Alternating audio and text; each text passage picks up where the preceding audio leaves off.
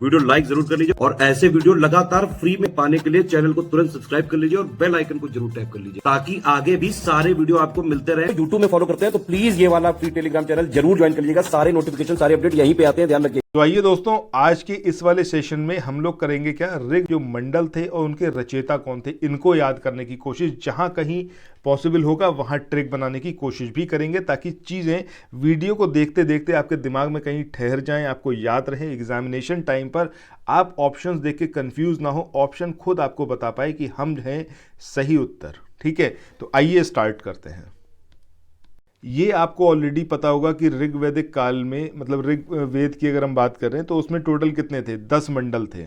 ठीक है, तो इन 10 मंडल के रचयिता कौन कौन थे, क्रम के उसमें देखेंगे कौन से मंडल के कौन रचयिता थे, उस तरीके से देखते हुए सारे मंडल के रचयिता को हम यहाँ पर याद करने वाले हैं। आइए स्टार्ट करते हैं। देखिए, सबसे पहले तो एक बार सारे जितने भी मंडल हैं हर मंडल के रचयिता को देख लेते हैं, उसके बाद यहाँ पर मैं आपको बताता हूँ कैसे कैसे इसको याद रखना है। सबसे पहले मंडल की बात करें, प्रथम मंडल, तो ये आपका मधुच्छंदा और दीर्घतमा इनके द्वारा इसकी रचना की गई। द्वितीय मंडल की बात करें तो ग्रत समद। तृतीय मंडल की बात करें विश्वामित्र। चतुर्थ मंडल की बात करें वामदेव। पंचम मंडल की बात करें तो अत्रि। इसी तरीके से अगर हम छठम मंडल की, छठे मंडल की बात करें तो भारद्वाज। सातवें मंडल या फिर सप्तम की बात करें तो ये वशिष्ठ। वहीं आठवें मंडल की बात करें या फिर अष्टम की बात करें तो कर्णव और आंगिरस। नवम की बात करें तो आंगिरस और काश्यप। दशम मंडल की बात करें तो तित्र, इंद्रायणी, शची और श्रद्धा, ये इन सब ने मिलकर करी। ठीक है, अब देखिए ये तो हो गई बात कि भैया ये 10 मंडल हैं और इनके रचयिता ये हैं। अब बात आती है कि याद कैसे रहेंगे एग्जामिनेशन में। अगर आपसे वो पूछ ले कि भैया बताइए इसमें से तीसरे मंडल की रचना किसने करी, तो तीसरा मंडल क्या, तीसरे मंडल से याद रखना आप थर्ड वर्ल्ड वॉर। ठीक है, थर्ड वर्ल्ड वॉर ना हो इसके लिए ज़रूरी क्या है कि विश्व के सभी कंट्री जो हैं वो आपस में मित्र बन के रहें।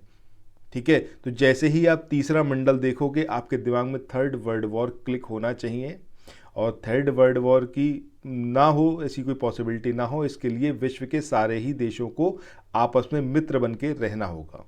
इस तरीके से तीसरे मंडल को आप यहाँ पर याद रख सकते हैं। अब बात ये होती है कि भैया पहला मंडल कैसे याद होगा।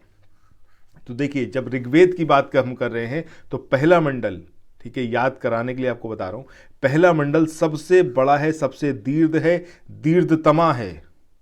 ठीक है, और बहुत मधुर छंद इसके अंदर हैं, तो मधुच्छंद और दीर्घतमा, इस तरीके से आप याद रखें। लोग उत्तर प्रदेश पीसीएस की तैयारी कर रहे हैं, आप आरओ की तैयारी करना चाहते हैं, बीईओ की तैयारी करना चाहते हैं, इन तीनों एग्जाम की अगर आप तैयारी करने चाहते हैं तो स्टडी फॉर सिविल सर्विसेज के कोर्सेज को आप ज्वाइन कर सकते हैं कंप्लीट तैयारी के लिए। ये वन स्टॉप डेस्टिनेशन है, यहाँ पर आपको सब कुछ मिलेगा, जिसमें स्टडी मटेरियल रहेगा, टेस्ट सीरीज रहेंगी, पेड क्विज रहेंगी, सब कुछ आपको एक ही जगह पर मिलेगा। और ये सब कुछ सफिशिएंट होगा आपके एग्जाम को क्रैक करने के लिए, एग्जाम को निकालने के लिए। लेटेस्ट ग्रुप स्टार्ट हो चुके हैं और उन ग्रुप में आपको एडमिशन लेने के लिए सिंपली जो ये नंबर मैं आपकी स्क्रीन पर लिख रहा हूँ, इन नंबर्स पर आप कॉल कर सकते हैं। 8564880530, इस नंबर पर आप संपर्क कर सकते हैं। इसके अलावा 9696066089 इस नंबर पर कांटेक्ट कर सकते हैं, या फिर आप 7523864455 इन तीनों में से किसी भी नंबर पर कॉल करके आप हमसे संपर्क कर सकते हैं। और ये लेटेस्ट ग्रुप जो है इसमें आप एडमिशन ले सकते हैं, सकते हो।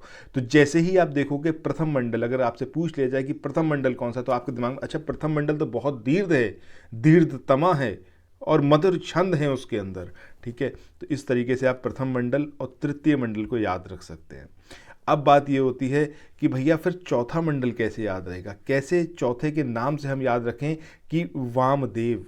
तो देखिए, अगर आज के सिनेरियो में आप बात करेंगे तो चारों तरफ कहीं भी आप देख लें, कहीं भी जो वाम पंथ है, वाम पंथ ये अब बचा नहीं है, ऑलमोस्ट खत्म हो चुका है। चारों तरफ वामपंथ खत्म हो चुका है, चारों तरफ वामपंथ खत्म हो चुका है। दैट मीन्स कि चतुर्थ यहां से आप पहचानोगे वामदेव होंगे यहां पर। ठीक है, देखिए यहां पर कोशिश क्या है कि जब यहां पर आपको 4 ऑप्शंस एग्जामिनेशन में दिख रहे होंगे, उस ऑप्शंस में से आप किस तरीके से सिलेक्ट कर पाएँ, कहीं और से कुछ नहीं सोचना। जो ऑप्शंस हैं जो आपके क्वेश्चन पेपर में होंगे वहाँ से आप निकाल के ला पाएँ कि ये सही आंसर होगा, क्योंकि ये वो सारी चीज़ें हैं ना जिनको मल्टीपल टाइम्स आप रिवाइज करते हो, उसके बाद भी आप एग्जामिनेशन में देखते हो तो वहाँ पर आप कंफ्यूज हो जाते हो कि इसका कौन सा होगा। बट अभी जब आप थर्ड वर्ल्ड वॉर देखोगे, विश्वामित्र आपको ऑटोमेटिकली याद आएगा।